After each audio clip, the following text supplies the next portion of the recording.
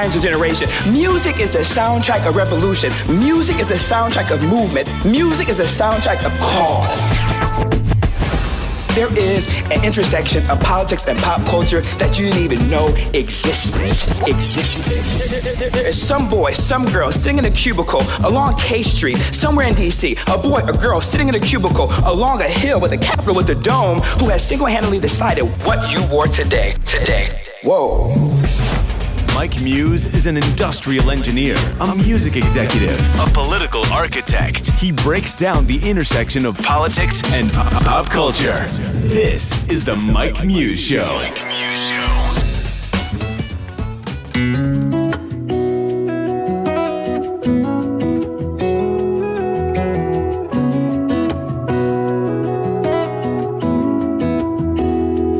I'm just flesh and bone, heart and soul, and I've earned a couple scars. I've let once in a lifetime kind of things slide right out of my arms. I struck out, I've been knocked down more times than I can count, but that don't matter now. 'Cause when you smile, I see the sun sink down on the coast out in California. And there's no doubt, because of you, I'm not the man I was before you. I'm not saying that I'm perfect, oh, 'cause girl, you know I'm not. But I'll love you with everything I got. Girl, I'll give you my best shots.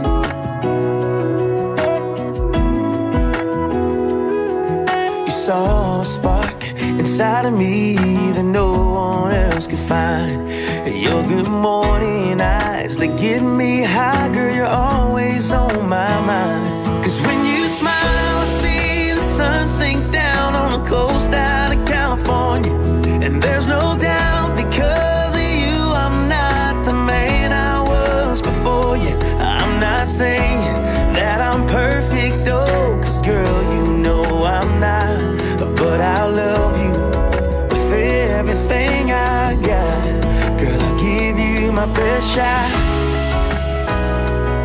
What's happening, world? It's your boy, Mike Muse, and thank you for joining us on this Wednesday. It's always a fantastic time when I have the chance to talk to you. You guys are an awesome audience. I love that you guys have been rocking with me for so long and you're on this journey with me. I love the engagement that you guys offer me. I love the tweets that you send me. I love the DMs that you send. I even love how you guys are so crafty and you actually find my email, which is not published. And so I salute you for that. But just let me know that you're really digging the information. You're really digging the conversation. And wow, what a conversation we had last week. You guys are still buzzing about voting and technology. And don't you feel it now after voting all day yesterday, standing in those long lines? Doesn't it make sense not just to do it digitally? I still don't understand why we're not really talking about that more as a nation, but you know I'm going to be talking about it. But listen, and speaking of our America, speaking of American culture, speaking of American tradition, and really what makes American, this Americana notion of what we are, I couldn't think of a better topic after Election Day than country music. A little bit fun fact about me is I'm a huge fan of country music. As you know, I intersect politics and pop culture, and I get people to see policy through lifestyle. And I really took a special interest to country music and really what country music really embodies in America. But also, too, just been curious about, you know, the culture of it right now, the demographics of it. Where is country music headed? Where is it now? What's the future of country? But I haven't had the chance to really talk to any major country artists, and they've always been on my wish list. And one day, I was hanging out in the halls here in Sirius XM, and I saw this cool-ass dude with these dope cowboy boots. And I'm a fan of cowboy boots, first of all. And I was like, yo, I like your boots. And he was like, thank you so much. But then I kept looking at him, and I was like, this dude has a vibe. And I was like, he has to be an artist. And so I said, yo, are you an artist of some type? And he was like, yeah. And I was like, what kind of art do you do? And he was like, country. And I was like, what?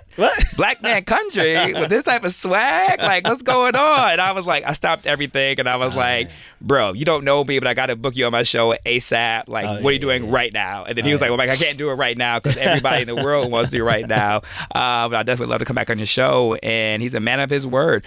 Ladies and gentlemen, in studio studio, I have with me country's newest superstar, Mr. Jimmie Allen. What's up, Jimmy? Man, what's up, bro? How are you, man? It's so good to have you, man. Yo, your boots game, bro. Is that how you fell in love with country? Man, so I grew up in Milton, Delaware, and my mom listened to nothing but Christian music, and my dad listened to nothing but country. Oh, wow. So at a young age, I fell in love with just the story and just the songwriting and how, country music and Christian music, I feel like is more about a lifestyle. So I just fell in love with it at a young age. I remember I had people say, well, how do you get country music from Delaware? I was like, well, you ever been? Like Milton, Delaware, I'm from, it's super rural. But I listen to everything from country to Christian to pop to rock to hip hop to R&B, everything. And the most frequent question is like, well, what makes you a country artist? And I was like, well, for me, I look at the country like I do Christian. It's not what Christian artists sing about that makes them a Christian artist. It's their lifestyle. Them as a person, they're a Christian, so therefore they're a Christian artist. And I'm like, well, I grew up in Milton, Delaware. I'm a country boy. So for me, being country isn't about how many cowboy hats I wear, how many, dobros or fiddlings or fiddles or mandolins I put on my song. It's about me as a person, and my morals and culturally how I grew up and all that stuff. So, well, it's interesting you say that because Christianity is all about morals and values. So it's a value proposition more than likely, right? And things that Christian artists sing about, right? It's about values and instilling values. And when you think about country music, there's a value-ness that's associated to things they love, right? And values can be associated with whether you like guns, whether you like racing cars, whether you like growing up on a farm, right? And both have these amazing story arcs, right? I think like Christian music and country music, there's such a clear definition of a beginning, a middle, and an end within a story arc. And I think it's really interesting that you mentioned in terms of identity, in terms of clothes. I had my homie from college. His name was Corey Fernandez. And Corey Fernandez was like this typical identifiable country dude, right? So, but Jimmy, we called him the Kmart cowboy because he literally came from the suburbs of Michigan, like in Farmington Hills. And we're like, Corey, what are you doing, right? He was wearing those tight nut hugger jeans, the cowboy boots, the tight white shirt, man. But I went to my first country saloon with him though in college though, and so he kind of helped usher me in. Into this country music aspect of it. So the lineage of your father being within country music, talk to me a little bit about there. So where is his roots? Where is he from? So my mom's from Oakland, California. Oh wow. So my dad's from Milton, Delaware, Rehoboth. Like he grew up like super country. Like I'm talking like my dad's redneck. Like my dad has a prosthetic leg and it's camo. What? Yes. Awesome. Yeah, I gotta see a picture of that at dude, some point. I'll show it to you. It's like from the knee down, it's camo, bro. Like the lifestyle is real. And I didn't realize how like red and country we were until I left and went to college. Because I remember I went to college like in high school. I was in a rock band and I sung Christian music in church and did musical theater and I did country. Got to college, I tried R&B for a while because the dude was like, "Hey man, you're black, try R&B." Yeah, absolutely. I tried it. It's cool, but for me overall, as who I am as a person and everything I want to talk about and how I identify myself, for me, country was the one genre that lets me embody everything about me without hiding anything. Yeah. You know what I mean? But now, I'm curious how you called your father a redneck. So can black people be rednecks? Yeah. Really? See, what makes you red isn't really the sun making your neck red. Redneck is an adjective. It describes someone. It's someone that fishes, plays slow pitch softball, hunting, fishing, just out in the woods, building forts, setting stuff on fire, shooting guns, NASCAR. That makes you red. Yo, my mind is blown right now, bro. That makes you red, bro. Yo, my mind is blown right now. I never thought that black people could be identified as rednecks. Yeah, you can. Yeah, because redneck that might be my new issue now. Yeah, it's more of a thing. Somebody say, "Yo, you hood." It doesn't mean the color of your skin. It's how you grew up. It's your lifestyle. Your lifestyle. Your culture. That's what makes you hood. That's what makes you a redneck. That's what makes you blue collar or whatever else, So, yeah.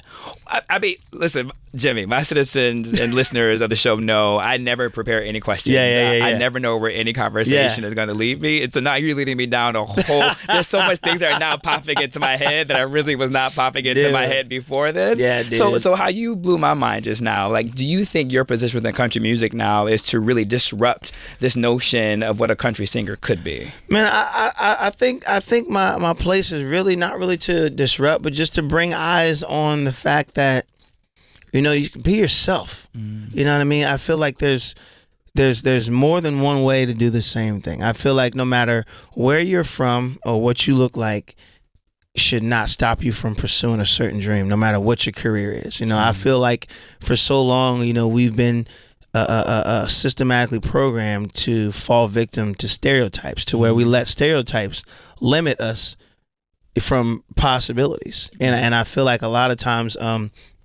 we get scared and don't want to try things because that's uncharted territories to someone like us or someone that looks like us. So therefore, a lot of times you're like, I'm not sure how they'll, you know, feel about me. Because, you know, like for instance, hip hop, you know, yeah, you had like Marky Mark, Vanilla Ice, but, you know, like the white boys are really put on the map. When Eminem came through, it was a whole different movement of white boys. Like, you know what, we can really do this because he's doing it at a high level.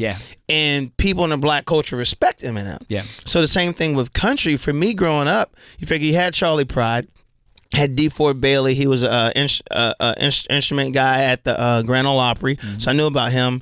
But then you figure when Darius Rucker came over in 2008 from Hootie and the Blowfish, you're like, all right, cool. And then nowadays you figure you got Mickey Guyton, she's a female artist. You got this other girl named man, what's her name? I just forgot. I gotta look it up.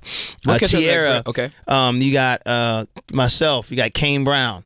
So you got Cowboy Troy. You got there's people that aren't mainstream like Tony Jackson and so many guys out there that are doing it to where I feel like we're shedding light to, you know what, you can do this. The same thing in the rock world. You got LaJean Witherspoon from Seven Dust. You got Michael Tate that used to be in DC Talk. Now he's in the Newsboys for the Christian world. Like they do like Christian rock or whatever. So it just, for me, it just shines light on, no matter where you're from or what you look like, you can do whatever you want to do. Don't fall victim to stereotypes and boxes and labels, because as humans, I feel like we love labels. Like, well, what's it called? Well, what's it? No, it's whatever you want to take it as. We want it to be. You know, and whatever you want it to be. Which is really reflective in your music. So in your music, I hear all the genres. You're like this genre blending artist, and I love how you shout out Blackstreet in one of your songs when you talk. Teddy Riley actually posted that on his Instagram. You serious? He that posted stood out that. immediately. He took the clip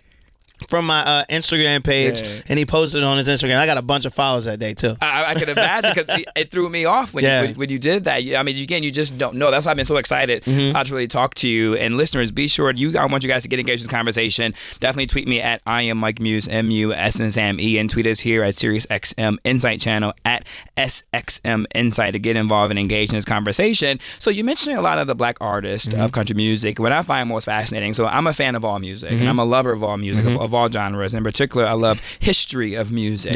I think there's something about this notion of this black artists have kind of gotten removed from this narrative of country music, right? You think about the originals. You think about Ray Charles was the first artist to sell 1 million copies within country music. Came from when black you think people. about bluegrass, right? When you think about that music, Country came from blues. So when do you think it became to be identified as like this white redneck, red state conservative? I think what happened, just like a lot of things, if you don't have someone kind of in that same boat, kind of still pushing it, not a lot of artists doing the same thing, whatever's the most dominant takes over. See what I'm saying? Same thing with, look at basketball. When the NBA first started, it was as wide as it could be. But now, I think there might be 8 white guys in the NBA, but it's maybe like, 2, maybe 2. You know, you know, being nice. And the chance for you to see 2 white guys on the floor at the same time in the NBA is unheard of. But Facts. You know, it's one of the things where I just feel like, you know, country came from,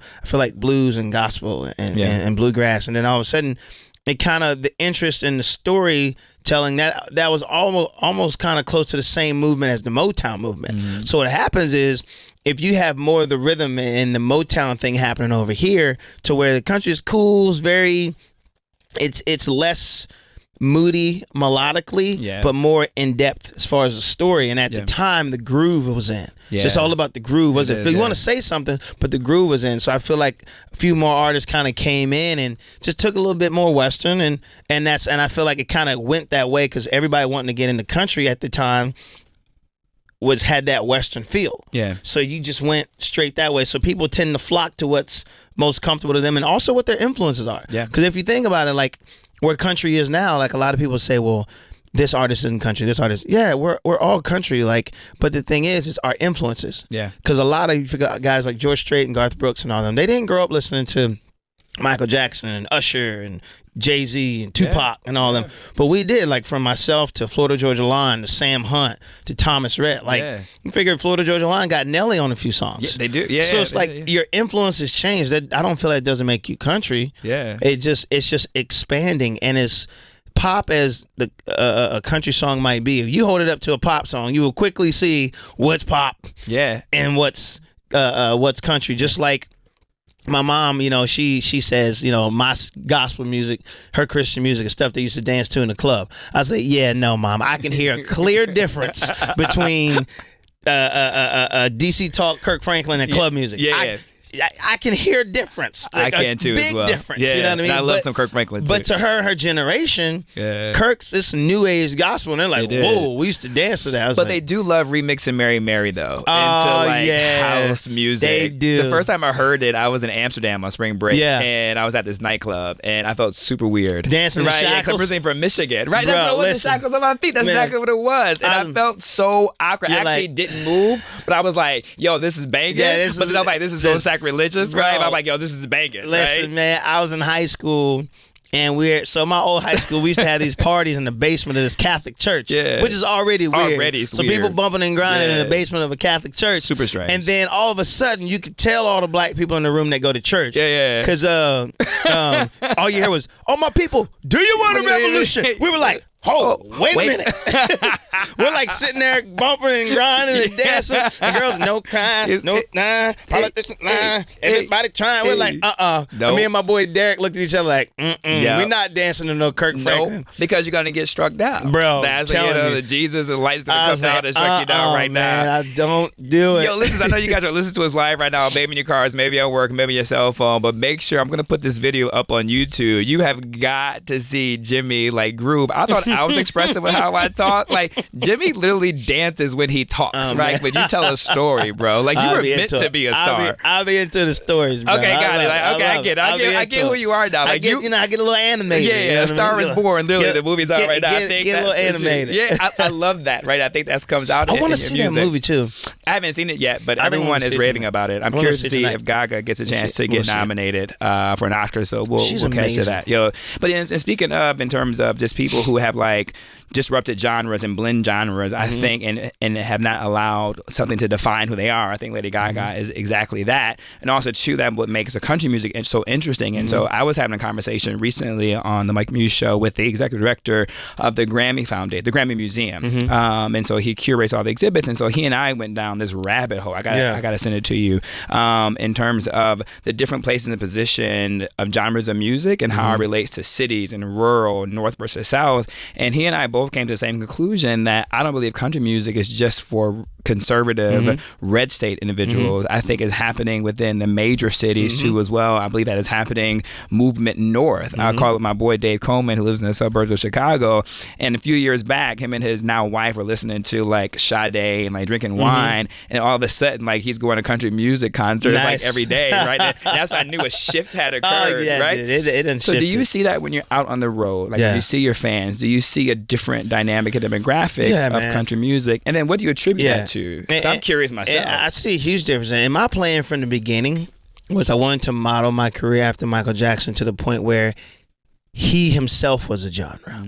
People say, I listen to rock, I listen to hip hop, I listen to Michael Jackson. To me, that meant Michael had established a place to where everyone could come and feel welcome and feel like they were a part of something bigger than themselves that wasn't offensive and didn't try to push them in either way. It was just about music and loving people.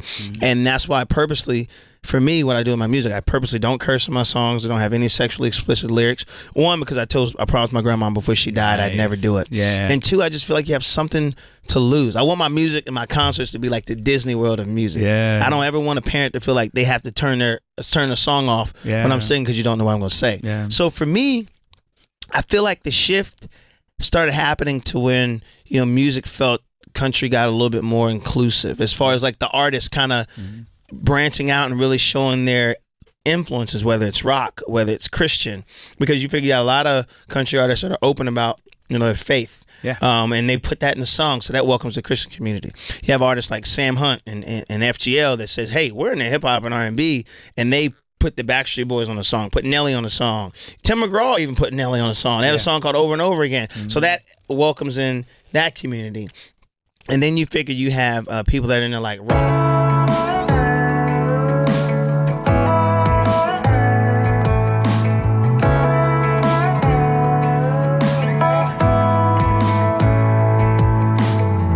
Crazy thing when you're 17, with a head full of crazy dreams. You wish you had a time machine to catch them. Skip ahead to 22, make your own money and your own rules. Yeah, you're doing the thing you wanna do, but life won't let you. You gotta wait for it, pray for it, but I've been gonna break, gonna take a little faith every day for it. Yeah, you gotta wait for it. You gotta hurt for it, work for it. When you go for the gold, sometimes you gotta go through some dirt for it. Yeah, you gotta wait for it.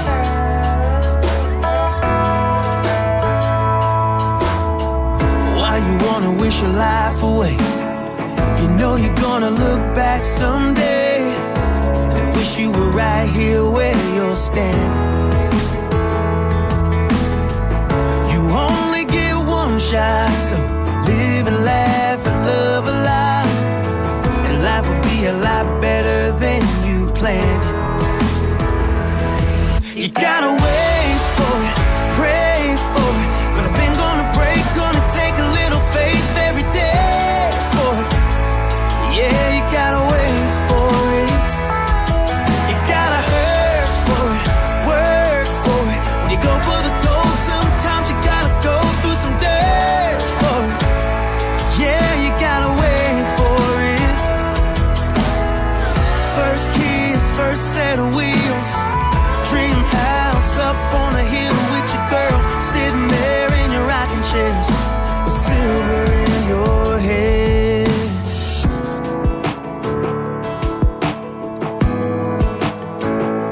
Yeah, you gotta wait for it. Yeah, you know you gotta wait for it, pray for it, but I've been gonna break, gonna take a little faith every day for it. Yeah, you gotta wait for it. You gotta hurt for it, work for it. When you go for the gold, sometimes you gotta go through some dirt for it. Yeah, you gotta wait for it.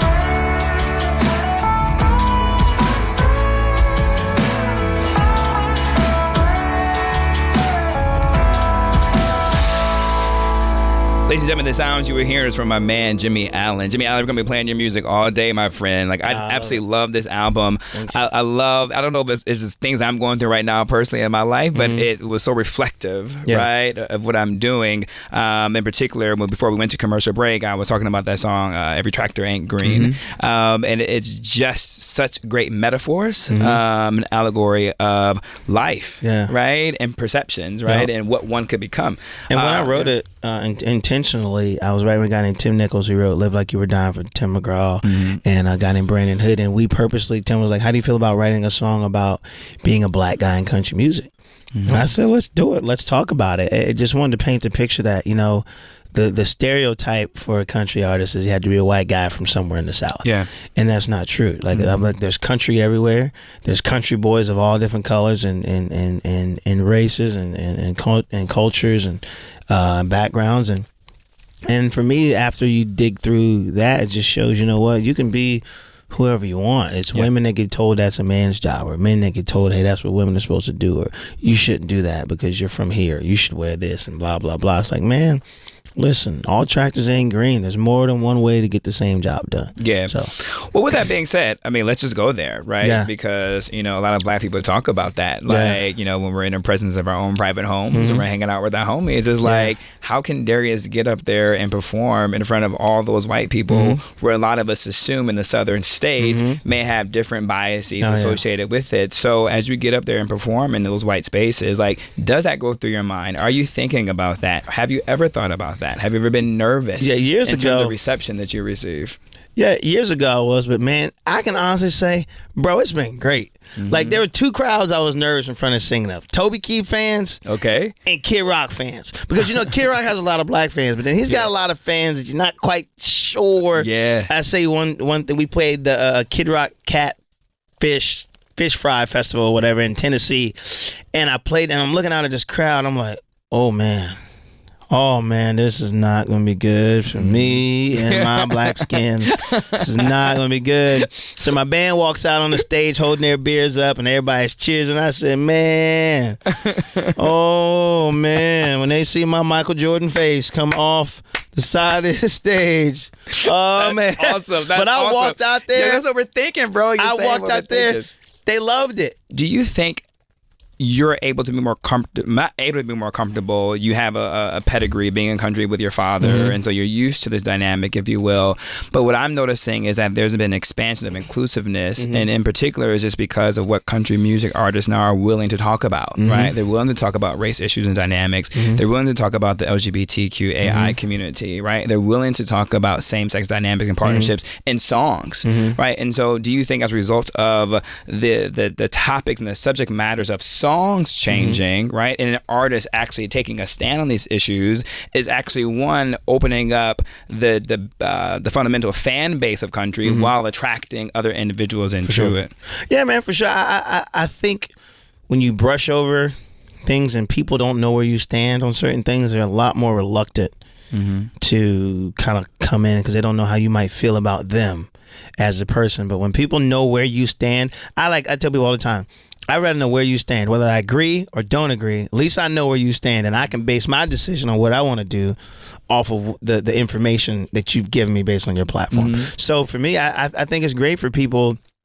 It's amazing to see the inclusiveness happening, because at the end of the day, man, that's what I think it's all about, man. It is. I think it's about inclusiveness. I'm actually curious. So I was talking with the executive director, as I mentioned to the Grammys, and we just had a full-on conversation of the ethos of it. And I was just saying that country music, the majority of it isn't found just in Tennessee like you think, right? Like, actually look at studies and surveys, especially from YouTube, you'll see a lot of it's actually from the north, like from Iowa. Oh, yeah, right? You got Iowa, you got Northern California, you got Pennsylvania, you got New Jersey, Ohio, Maine. I think it's a lot has to do with the technology now, right? And I think that's why across all genres, you're seeing this blending of genres, because now we're exposed to different genres, and then that helps us, become creative on what we choose to create. So I asked you a question in terms of audience that you're nervous maybe to perform in front of. What was an audience where you were just shocked at the size, right? Yeah. Like, I can't believe all these people showed up. There's 1 million people in downtown Manhattan, for country. Right? Yeah, we were. I say the biggest one.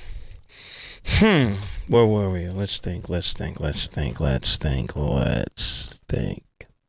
It would probably be between Ohio. Okay. The show that I played in Ohio, and Delaware. The show that I played in Delaware. See, and both are not like southern states. Both are not states you would call country, right? Or like southern, but it's just like outside the norm and outside the box. I'll actually be interested in going to, when you have a show in Chicago, let me know. Yeah. Dude, I would love to come see you in Chicago and I'll be in perform. Illinois soon. This year on the Scotty McCreery tour I'm doing. Like, literally text me or let me know when you come. I'll actually fly in just because I want to observe that, right? Just to kind of go with this notion. That's one of my biggest fan bases, actually. Southern red state anymore. It's completely expanding into different suburbs, right? One of the biggest country stations is in Chicago. Big Say 95. word. Are you serious? Yeah, Big 95, man. Oh, yo, that's insane. Yeah. I just want to ask you because, like we're talking about Christian music, a lot of times Christian music speaks to me, right? And it speaks to whatever existence that I'm having.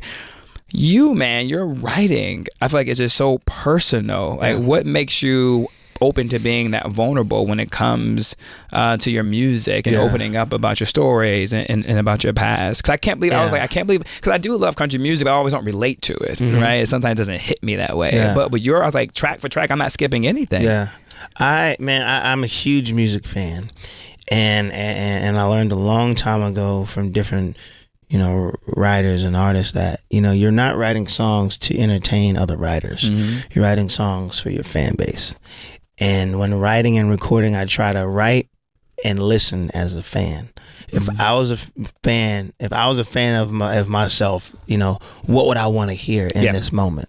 From the melody to the phrasing, to the lyric and the story. Like where does the story need to go? Am I being honest enough? In the midst of honesty, is it catchy? Is it too honest? Yeah. You know what I mean? So I feel like there's a balance. It's just I want to hear as a listener. I literally write and then listen as a fan. Like, oh man, it's cool. I'm not feeling that part. Change it. Oh, this is rocking. This is cool. Yeah. Oh, okay, I'm not feeling that. So, and that's feel like that's like everything from my song Best Shot to Like You Do, to Make Me Want To. I really wanted to find songs that I loved and write as a listener and record as a listener. Even when I'm singing, am I leaving enough space at the end of the song for the shower singer to ad-lib? Meaning, you know, me not fill up every second with my own vocal. Leave space. The shower singer. So the person in the shower can do their own ad-lib. I never heard that given a title before. Man, leave space for the shower singer. All the time. Because think about it, because when you hear a song, you're singing in no spaces. Literally. You do your own ad-lib. Oh, yeah. Hey. No. Yeah, literally. You know what I'm saying? You got to leave space for the shower singer. I'm always better than the artist singing. You're always better. Right? Like, always. And I'm always on stage performing it, too. I'm like one of those weird people. I actually think about the performance I'm doing. You got right? to. And I kill an arena. You murdered it. I kill it, bro. You got that Kanye stage, though, that slides across. The slide. And combined with the Drake, too, as well. Like with the light show that he does. Yeah, tell me a little bit about that song, if I could just ask you a personal question about Can't Wait. Is it which one? Can't Wait? Oh, Wait For It. Wait For It. Yeah. I'm butchering all the time. I don't have the album in front of me. I know what you meant, though. Ladies and gentlemen, I don't have it in front of me. He had one word, right? That's yeah.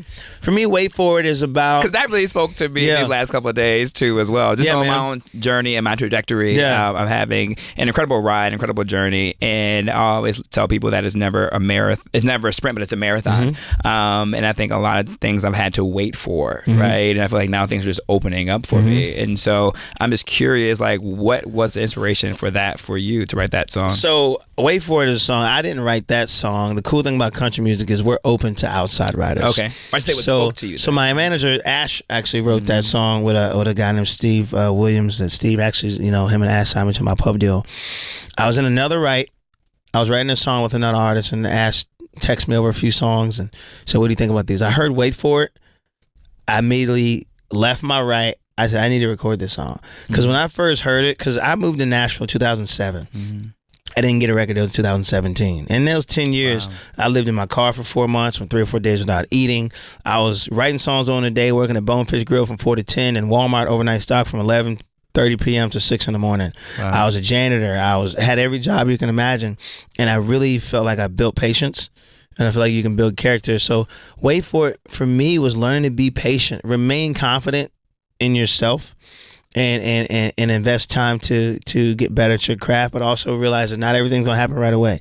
You know, enjoy the nows. You know, and even when you start to have success, instead of focusing on future, I feel like everyone's excitement is futuristic. That's why people say, man, this year flew by. There's still 24 hours in a day, 7 days in a week, 12 months in a year.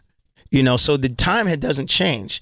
I feel like the reason why we say time flies by because there's only 2 days you're looking forward to. So you skip those other 363 days. I never thought about that. See what I'm saying? So it's like, looking forward to this, looking forward to this, looking forward to this. So you're rushing through life instead of waiting and enjoying each moment and realizing your past and your present is preparing you for your future. Because a lot of times, you know, we get caught up in our past. You know, we want to get to the future and we skip our present. To where we're looking forward to the future, we look over our past and don't want to learn from that, so our present is messed up. So I feel like in the midst of all three, there's a balance. Man, I feel like I just preached. I was literally just thinking to myself, I was like, somebody's a preacher. I was like, no, he said his daddy was a redneck. I was like, he must get it from his mother. I was a youth pastor for a while. Bro, in my head, I was thinking the whole time, I was like, either this man was a preacher back in the day, or someone in his family is a preacher, or you definitely were in church multiple times per week. Dude, I actually study pastors because a lot of times performers only study like other artists. I study pastors because nobody can control an audience quite like a pastor.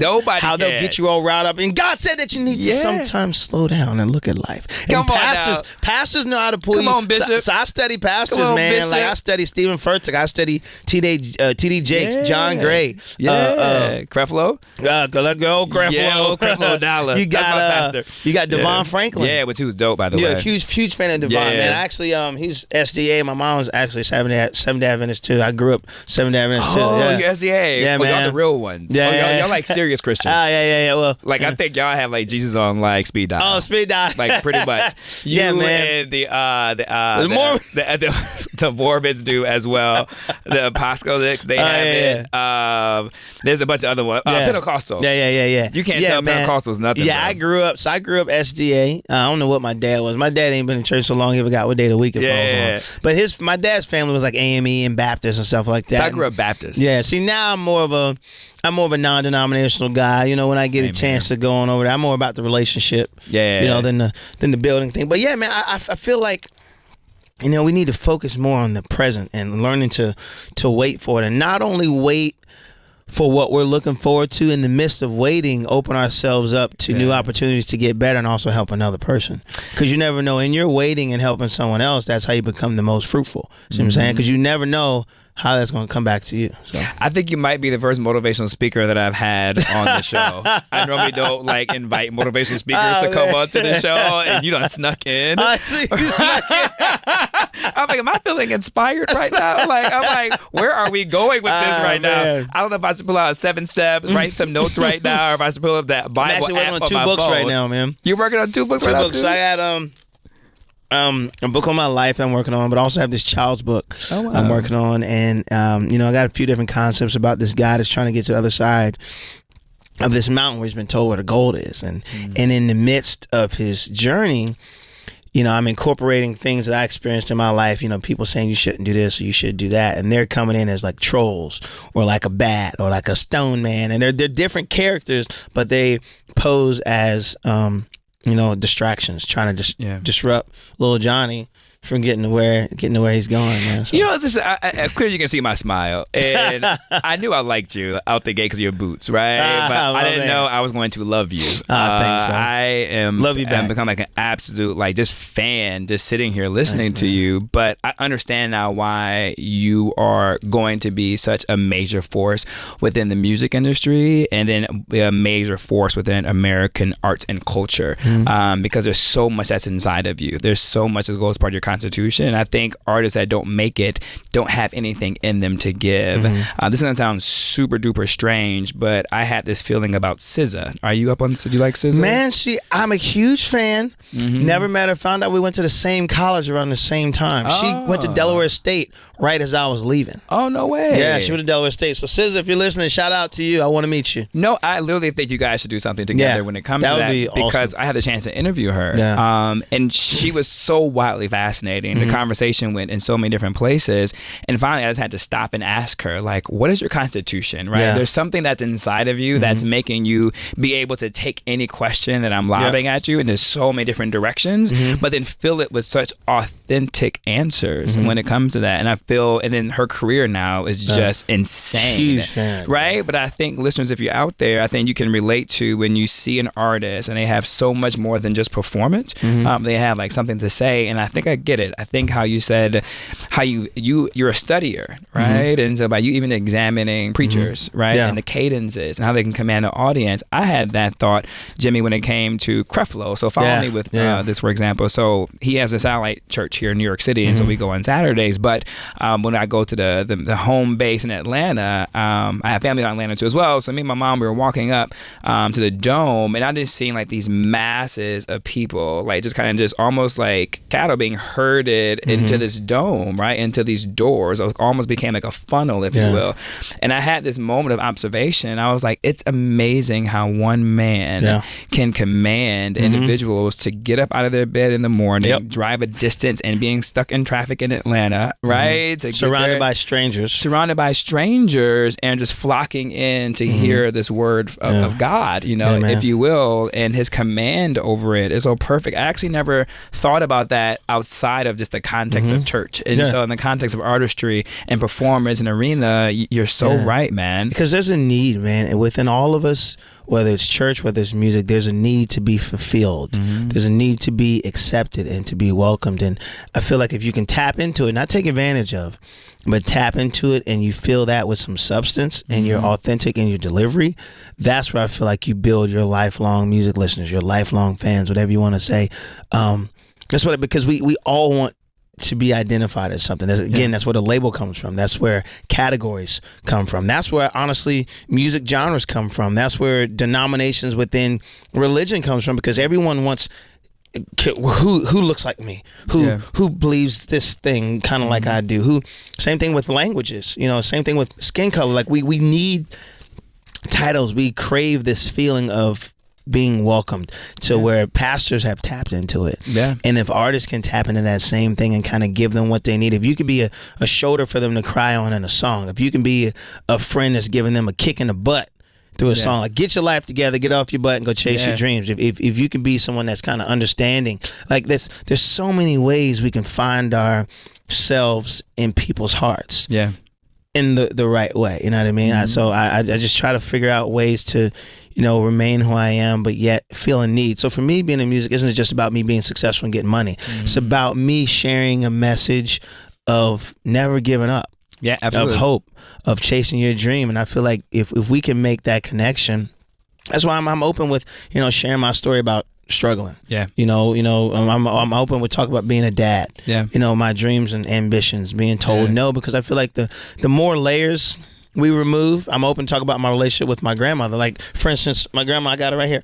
So my grandma died in 2014, and every time we went fishing or picked strawberries, she would always wear this purple scarf. So every show, every radio interview, I keep that in my back pocket. So I feel like, you know what? It's like releasing tentacles into the ocean, because everybody might not like every song, but someone might latch on to the relationship I have with my grandmother, and it might pull them back to my music. Somebody else might latch on to my dad being a redneck, and it'll pull them back to the music. So I'm like, here's the life force, here's my songs, who I am as a person, and you throw out different tentacles, eventually it all leads back to you.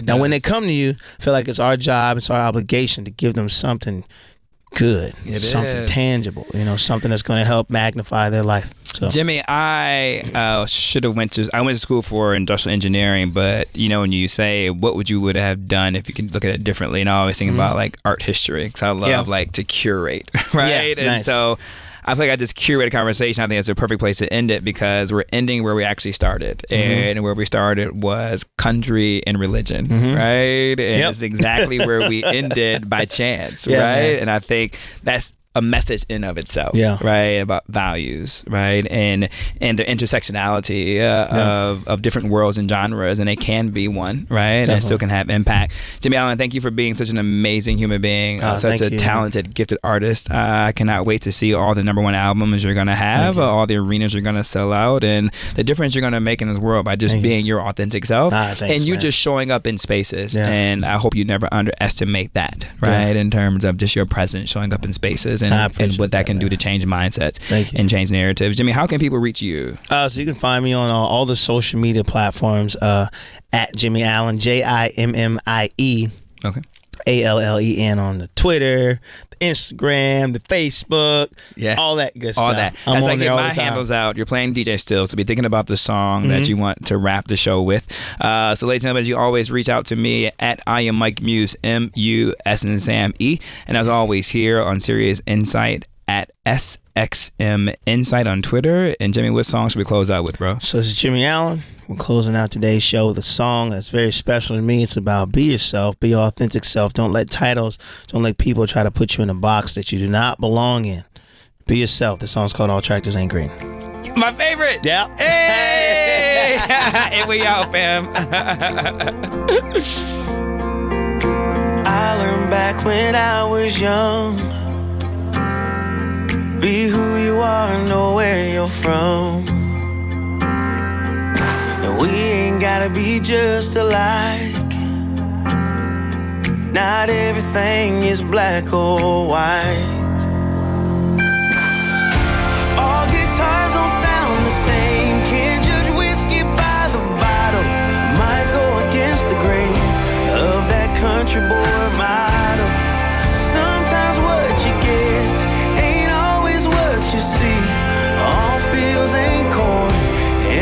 tractors ain't green. Kinda like the cover in the book. I might sound a little different than I look, and I ain't afraid of standing out. And after all these years, yeah, I know now that all guitars don't sound the same. Can't judge whiskey by the bottle. I might go against the grain of that country boy motto. Sometimes what you get ain't always what you see. All fields ain't corn and all tractors ain't green. No, no. All tractors ain't green. All tractors ain't green. All guitars don't sound the same. Can't judge whiskey by the bottle. We ain't gotta be just alike. Not everything is black or white. Oh, yeah. 'Cause all guitars don't sound the same. Can't judge whiskey by the bottle. I might go against the grain of that country boy motto. Sometimes what you get ain't always what you see. All fields ain't corn and all tractors ain't green. All guitars don't sound the same. Can't judge whiskey by the bottle. Might go against the grain. All that country boy motto. Sometimes what you get ain't always what you see. All fields ain't corn and all tractors ain't green. No, all tractors ain't green. Sit down with Alfred and Chris. A discussion of music. Movies, television. It's like your local newspaper's art section. Is Twin Peaks more influential than the Larry Sanders Show? Who's the best Anderson? Paul Thomas or Wes? It's a lifestyle show. We discuss fandom with celebrities, writers, critics, And comedians. Where's the oldest bar in New York? but Spielberg's best movie. It's Sit Down with Alfred. And Chris. Now on Thursdays at 6 p.m. East On SiriusXM Insight 121. and on demand. Anytime on your SiriusXM app.